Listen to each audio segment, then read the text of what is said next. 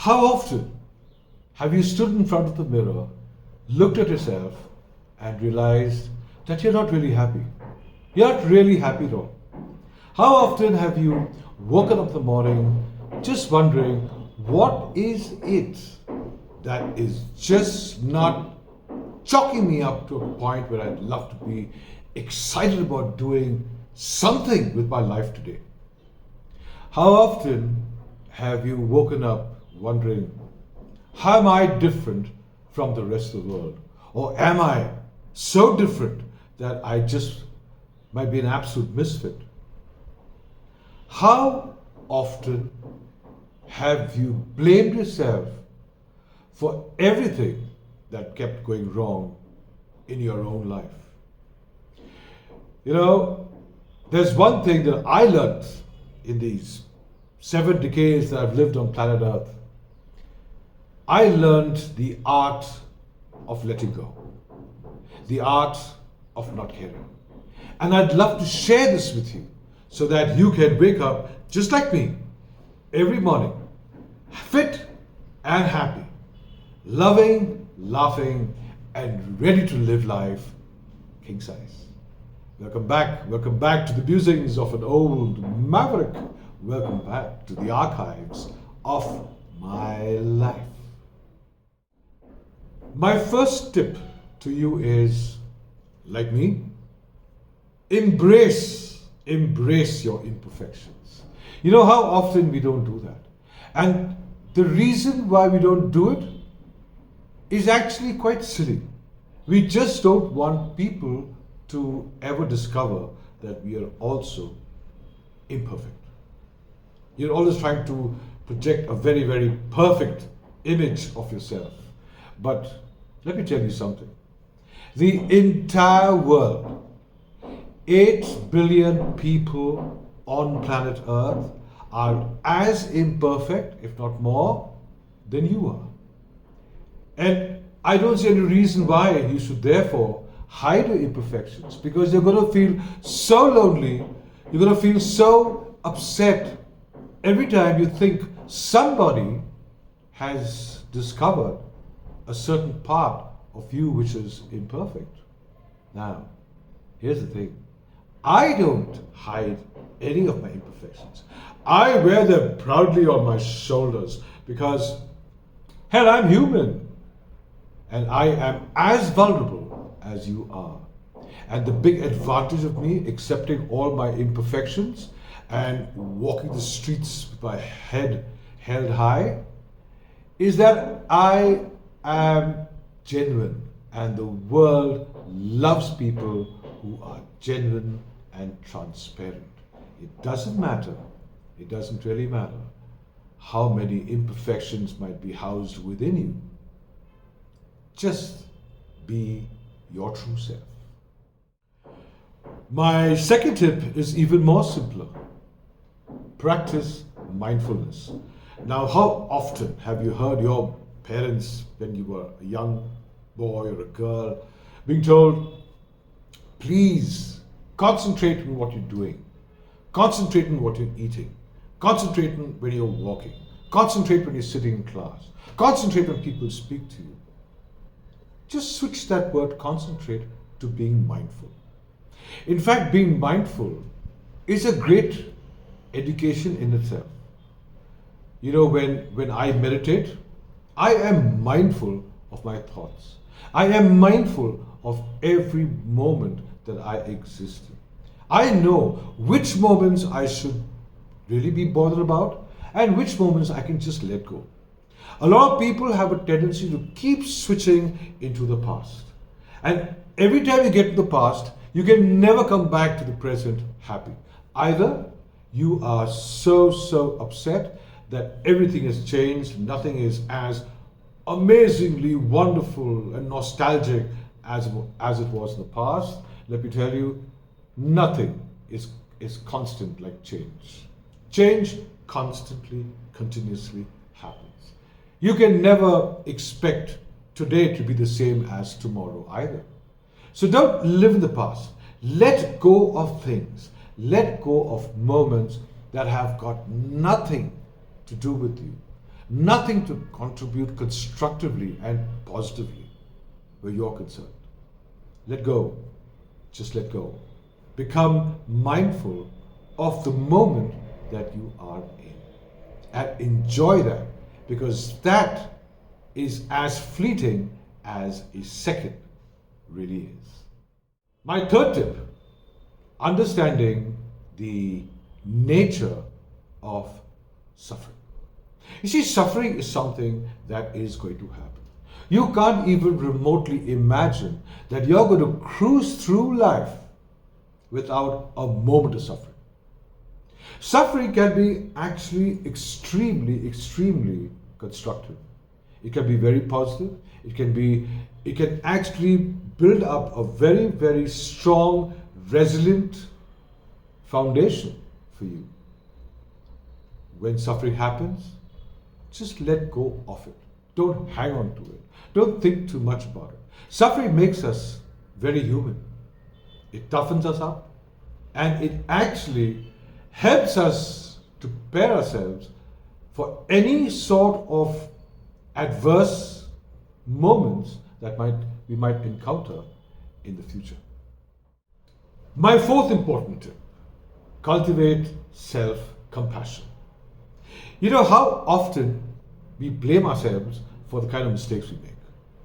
Sometimes I wonder why I ever blame myself all those years for making mistakes, because I was never born with a rule book in my hand, was I? So how do I know what's right and what's wrong? The only way to know what is right and wrong is to live a life experientially. Enjoy every moment. Learn from every moment, no matter how many mistakes you make and how many mistakes you don't make. And when you make those mistakes, immediately forgive yourself. Be compassionate.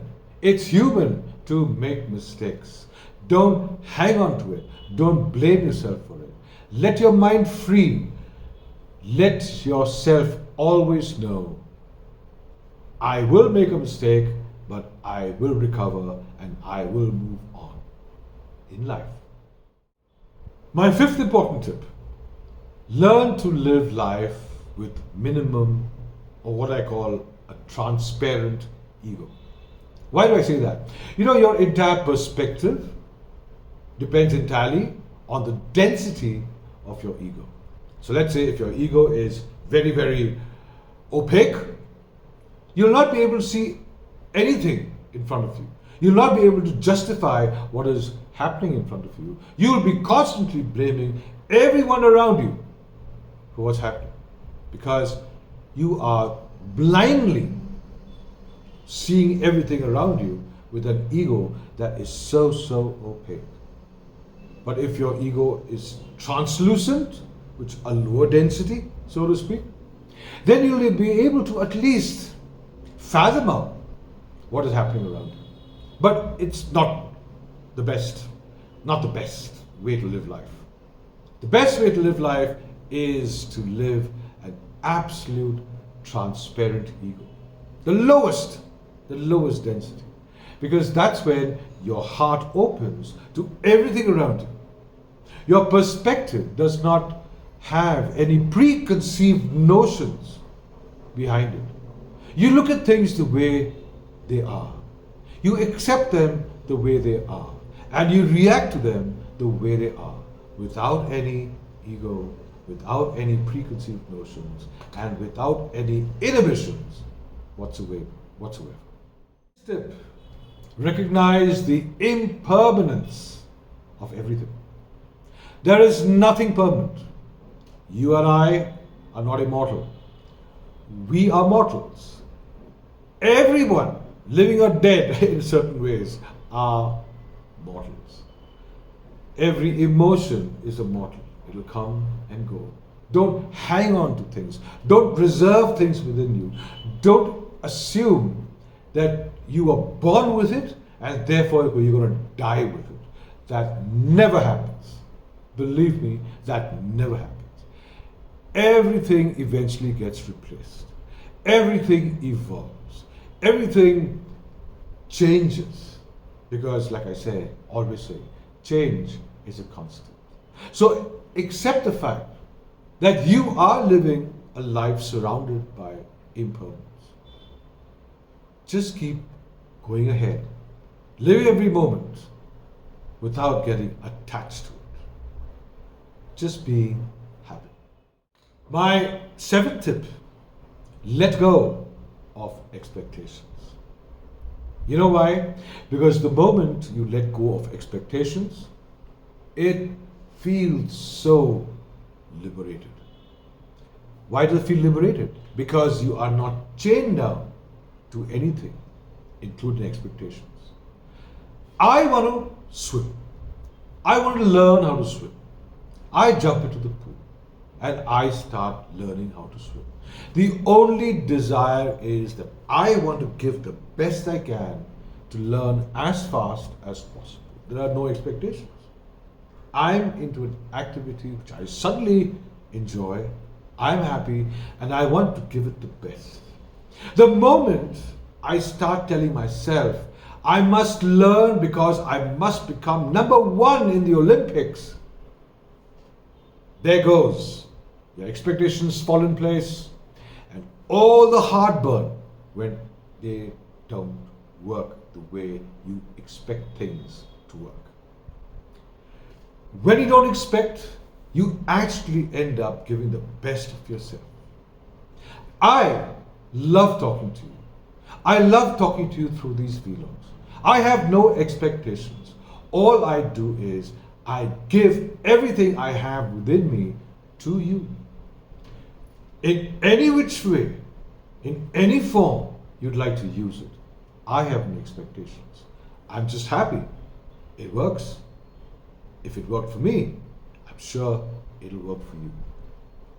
Give up expectations, liberate yourself, and be happy. And my eighth and final one, and this one's a really important one. Never stop leaning into discomfort. You know what? When we have this tendency of running away from anything that is discomforting, we are running away to face it again tomorrow. Because discomfort is a part of your existence. But the moment you lean into it, two things happen. Number one, you strengthen yourself to handle discomfort, difficult and challenging times. And number two, you actually enjoy that moment because it is a complete test on your capabilities.